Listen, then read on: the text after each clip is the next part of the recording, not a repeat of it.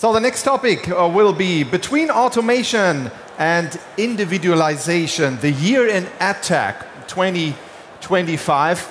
And as you can see, the glasses are getting more. So we will have some more people on stage right now. We will have a panel talk, and the talk will last at about 30 minutes. Our next panel will discuss technological, regulatory, and strategic developments and highlight which trends and decisions in 2025 will set the course for the future. And I will hand over to the moderator, to the host of this panel talk. Please welcome Editor-in-Chief of VideoWeek, Vincent Flood.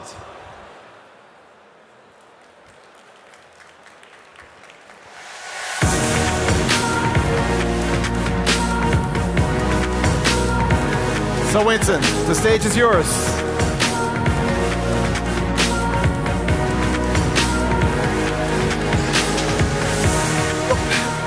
And Vincent will introduce, of course, his panel by himself. See you in 30 minutes.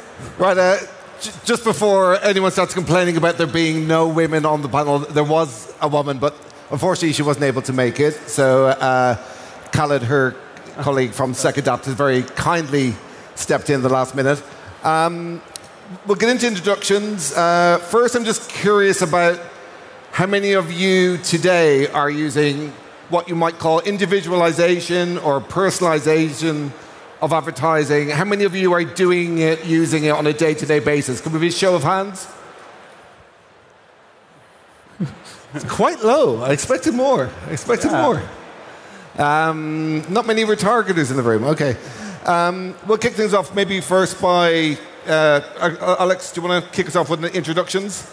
Yeah, jumping on what Vincent was saying. So I'm a dad of 2 girls, and I won't send the picture of this boys' club after that talk. I look after the EMEA region at Taboola. So we help publishers on one side monetize and grow their audience. So think the Independents, the BBC, Süddeutsche, and others. And on the other side, advertisers grow their marketing objective through really a performance lens. So think the IKEA, the Mercedes, the BMW, and yeah, we do our best every day. No? Well, I'm Khaled. I'm a senior manager of client services, StackAdapt. And as Vincent mentioned, I'm jumping in here last second. So I do look after the client services team, StackAdapt, for the EMEA region. From a StackAdapt perspective, we are a DSP, we are an AdTech company that can give you access to be able to launch all your different marketing efforts, from email marketing to even all your channels, from display, digital, to on self-serve to managed service. Yeah, I'm Andor. I'm not familiar with the Disney Plus series, so I'm not the actor. Be careful, that's not me. But I think I have the easiest job here with MediaMarktSaturn. I need only to build the most attractive and modern tech stack for a retailer, and that for European-wise. So that is my role right now, and also with first-party data integration, tool landscape, architecture, North Star. So as I mentioned, it's quite easy for me. And I joined the company last year in March, and I'm pretty interesting here on stage as well to get more feedback and also more interesting things. It's not all about AI, it's even more. So yeah, I'm proud to be part of the party here. And I'm Filippo. I'm the co-CEO of Onetag. Onetag is a global exchange and a curation platform. We have been in business for more than 10 years, pioneering curation as an approach in order to try to optimize and refine supply for the buyers' outcomes and needs. Okay. I think when I'm doing anything in Germany, I think it's very important to put privacy first. I'm sure all of your various technologies define themselves as privacy first. Just to establish where we're at with the cookie situation, I don't even like saying the word cookie anymore after so many years of doing panels about it, and I just don't want to hear about cookies anymore. But I think there's probably a little bit of confusion in the market at the moment where it's like, we're getting rid of cookies. No, Google aren't allowed to get rid of cookies. They're going to bring them back. And I'm just curious about what the state of play is with cookies, and to what extent they're actually in use today and important today. Would somebody like to Filippo, yeah, I mean, I think the funny stuff is that, I mean, the ecosystem has been built on cookies. So DSPs are buying based on cookies. Cookies are still there. But if you look at the latest stats, for example, from IAB UK, you see that the addressability around cookies is only 18%, 18%. So it's very small. It's still relevant, obviously, because it's almost 20% of the inventory. But on the other side, there is a blend of new solutions and data signals that you can use in order to make sense of the addressability. And obviously, through SSP, sell-side decisioning, or DSPs, you can now start to merge all these signals in order to try to get sense of what is good for the outcomes of the buyers. Yeah, same for me. I mean, we are using first-party data, which is pretty well because we have 51 million customer loyalty members and in our bucket, I would say. That is pretty okay, and we managed last year the third-party deprecation announcement from Google since 10 years pretty well in terms of how can we ramp up with these first-party data. But on the other hand, I mean, if we would like to adjust or ingest our data in different systems and to use it in third-party systems, it's also the need to make a match. So offsite addressability is quite familiar for us, and we need to make that, of course. We need to make that happen. But for us, I think it's a bit easier in the solution that we have to manage our data because loyalty members, it's pure gold, and we have tons of data, which is good, but consent first, and then permission alignment and so on, and then it goes into the next technical fields. So, but sometimes it forget everyone, and I'm only the same person. So sometimes I think a bit more gray. How can we address the user with no consent, maybe, and then it comes to discussion with the privacy legal team and so on, and then it gets more green and green and green, which is good for me because in terms of the penalties, I'm not a big fan of that one. But sometimes you need to be more gray thinking to get it more green lighted. And yeah, first party is not bad to have, I would say. Yeah. So actually, you're sitting on a ton of data as a retailer and as a major retailer, ton of transactions. I think we often talk about cookies and it starts to be a bit boring and tiring.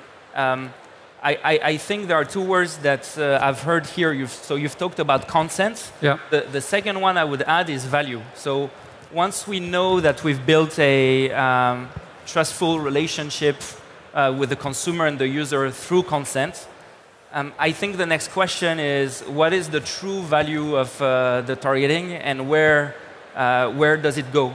And there's one concept that we often forget. So for instance, when you do acquisition on the open web or on platforms is where the dollar goes. Who does it benefit? Is it the big platform or is it funding the next journalist at Frankfurter Allgemeine Zeitung or Le Figaro in France or Gazzetta dello Sport? So I think it's really about the value also on top of the consent, if you see what I mean. And you hold such a big power with the dollars that you spend. Yeah, I think it's very comfortable right now to be in retail media or in retailer. There's MediaMarktSaturn. I'm from a consumer electronics perspective. But you're right. For us, it's very, I think, intensive to see what is the business case behind to ingest a new vendor or to put a new vendor on a list. So sometimes it's spreading into the world, and we'll see the results in, I don't know, 3 or 4 months. But for us, it's more the use case first mentality that we have. So not full consent for every company. It's more, okay, what is the pure value and what is the outcome and when? So that is our reason where we are acting right now. It's not technology or vendor first. It's more use case first. And then we get more and more into the running machine, which is pretty amazing right now. Yeah.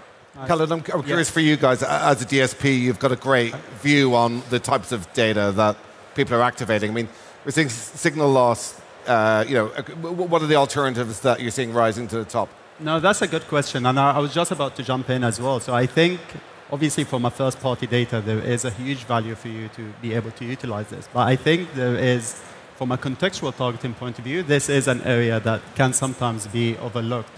We are seeing massive success to ensure personalization, ensure that the right ads is shown to the right person at the right time when we have the right contextual targeting around it. And from case studies point of view, for example, like we have one success story from the UK with an agency called TokenSticks. It's in the travel vertical, so not very relevant to you, but we've seen like 19x ROAS just using our contextual solutions. And that is purely looking at targeting people with the right contextually relevant and relevant to the creative, the actual messaging, and the landing page of the back of it. And I mean, to adapt on that point, it is one piece in the customer journey or in the orchestration, I would say. It's a DSP side. I mean, the easiest example that we have as a use case is weather targeting. So we run a promotion with aircon. It's in Hamburg, it's 15 degrees and raining. That doesn't make sense to display the ad there because it's wasting money. But it's not running now at our end. Yeah. I could not agree more. And I think there are a lot. I think like when speaking about the cookie solutions and like what's been happening in the industry, sometimes we do maybe waste a little bit of time thinking, is the cookie coming? Is the cookie not coming? And I think as Filippo mentioned, the cookie is not here. The third-party cookie is pretty much not here, but we do have other solutions and there are easy wins. Weather targeting is something I'm a huge fan of. It's something that we can activate as StackAdapt easy. And like being from London myself, if we're using weather targeting, it has to be rain all the time. But there are easy wins like this to ensure hyper-personalization without thinking about even consent, because you are targeting people just with the... And I think the most important point here, with the right message that will actually resonate with the user. Just on this, because I'm bearing in mind that we talk a lot in the industry about, you know, right message, right place, right time. And I have seen examples of that, but I think it's really important that we define what, you know, good looks like in that context. And I often tell a story of I was once... I was in Chinatown in London. It was lunchtime. I do like Chinese food, and I was in the right place. And TripAdvisor sent me a push notification about this restaurant that was around the corner. And my first, you know, reaction was not to go to the restaurant. I just deleted their app. I was saying, I don't want you pushing this to me while I'm in town. So I'm curious about when we do this. And I know it can be done well. I'm not saying it can't. What does that look like? How do we get that balance right for the user experience so that it's not an intrusive, creepy experience?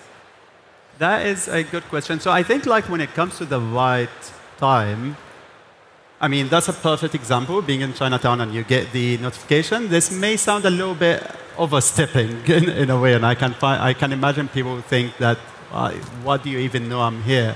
But I think when I say the right time, it's actually the right mindset. So, like thinking from a contextual targeting point of view, if I'm reading an article about, I don't know, buying a new TV or like I'm researching a new gaming console or whatever it is, and I am seeing the right ad on the side or the right message that will actually resonate with me, I may not actually click instantly, but the message will resonate with me. And having the right frequency capping against it, not bombarding the user, is vital. Like I do see a lot of marketers sometimes just bombard the user with the ads, like hoping for the best. It's not about this. It's about delivering the message and then following up with it accordingly. So obviously, that's some of the data. But I think, as to your point, the promise of getting the right message at the right time for the right person is still not there at the end of the day. Because if you think about every experience that we have in our daily life, we get disrupted in our experiences. So on one side, I think the final user, us, needs to get better understanding how to manage the consent that we give or not give, the notifications that we might want to give or not give to the apps that are in our devices. But at the end of the day, I think the importance is the type of signal and the type of context. So the context gives you the quality of the environment that you are in to get a message. And the type of signal in terms of, instead of a cookie, having the real persona, the real people behind the signal. So persistent IDs like the ones that we are working with UTIC, for example, right?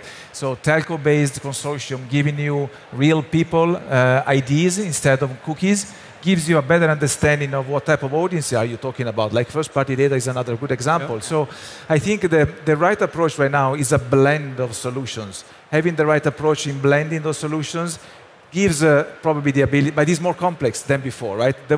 Before cookies were simple, but they were not good. Now good is complex. So I think that's the approach. Vincent, so did you find something good for lunch in the end? No, I'm just quite obviously, yes. I've had joke apart, so we hear a lot about the commoditization of a lot of tools, a lot of technology companies around with the rise of AI, the thing that you can bring a new ChatGPT in a day with Lovable and others. So we hear a lot of the fact that that could be commoditized tomorrow. What cannot is the data that technology companies like us and brands like you can access. And I think tomorrow, in a world where you can recreate a product very quickly, what's not really replaceable is the data you sit in. So there's the activation we talked about in your example, the wrong push notification sent at the wrong time. Yeah. But maybe in your use case, that was the data that was imperfect, and the end user experience is horrendous. And you didn't get your poke, you landed with your... I think it was just the fact that it was a push notification. I don't like push notifications. Yeah. Not as ads. I feel better now. Yeah. Turn it off. Yeah. Turn it off. Yeah. I'm all for data-driven advertising. Just that, I mean, we have a very simple mantra or vision, I would say. It's just about a user that we thinking about what you see is what you want. It's coming from development, what you see is what you get, but we create a bit other way around. What you see is what you want and what is available. So there is the other part. I mean, we can address it, but if it's not available in stock, or do we have the stock right now, what's then? So is a brand, I would say, mistake maybe, then we have the other way around. So the right signal, of course, in the right moment, yes. And the easiest example is if you have a broken fridge in summer, then you have a problem. And most of the users are searching on our webpage in summer, then we need the next 36 hours to address with the right product on every channel that we get. So that is the good thing, but then retargeting, stop. I mean, if they bought the fridge, good. If we get the signal back, if they bought maybe on the other platform, we don't have it. But I think you need to balance this thing as well. So not over and over and over, because that is very negative for the brand. Yeah. And we are fighting with that one as well. So it's not only the red shoe 3 months ago, it's even more. It's the journey on the right thing, on the right step we need to take the look into, but we don't have the technologies right now. Also with the signal that you mentioned beforehand. Yes, we need to balance that one. AI was helping us, of course. Yeah. But I'm curious. I want to jump into the AI side of things. We're running out of time quickly. We've 10 minutes left. Oh. But I'm curious about what you guys are seeing in terms of how do we get the balance between AI automation? Like on the one hand, we've got Mark Zuckerberg saying, just tell me the name of your brand. I'll create your ads. I'll deliver it for you, and I'll do your reporting. Your unverified reporting, of course. Exactly. We've got Google's PMax has been, found to be running ads on horse pornography websites. I actually had somebody show me an ad on a horse pornography website, which was a very interesting day at work. My feeling is that you need some level of human control, somebody with an understanding of the brand. I'm curious about where that balance is for you guys, Yeah, so I think in this crazy world, when big tech leaders do announcements, they probably either do it willingly or lose the sense of nuance. So I think it's a spectrum, right? If you're an SMB brand, Captain and Sons, and you do backpacks, and your marketing resources are limited, you probably want a creativity box that in the flow will do a lot for you. If you're a MediaMarktSaturn or BMW or Mercedes and you have much bigger internal resources, you want to be at the steering wheel and you want the AI to help you. So I think the right tech flows, leveraging the right AIs, are the one that really give you this freedom and really give you this flexibility to keep the control or outsource it if you need to. Yeah. If I can say something, I mean, one step back on AI. I mean, I was discussing this lately with some other people. What worries me is that AI is too powerful for us to take advantage of it without having some education and some control over it. Think about like when a company launches a new medicine. They go through a regulatory check to see if this medicine is good or bad. They do some tests, and they give you some instructions on how to use it. AI comes out, and then it's in our home, in our offices, and we don't know anything. We test it, but I think it's the politicians, the government, should be taking more control over that. I'm 100% for free market, but this is like a weapon. You need to be able to test it, release it with some instructions, and then we start to understand what's the right approach in using AI. Of course, everyone says the same thing, right? We need to have an hybrid approach. Some AI for very complex tools and machine learning and stuff, fine. And then the brands, the buyers want to keep the control because they don't rely on AI alone. That's a common sense, which is good. Yeah. But I think we are missing out the steps that actually we have missed in the releases of new ChatGPT 3, 4, 5, or 6, whatever is coming out next. So I think we are not in the right setup when it comes to AI yet. Yeah. Okay, leaving AI aside, but staying on individualization and personalization, I've heard anecdotes from buyers saying sometimes personalization or individualization is available to me, but maybe it exists in just one part of my media plan. It seems like an expensive thing to invest in just for that part of the media plan. So I'm curious, are we too siloed, both from an organizational perspective, media perspective, technology perspective? Are silos making it difficult for us to get going with individualization at scale outside of large platforms? Yeah, if I can say something very quickly, I think we are, definitely.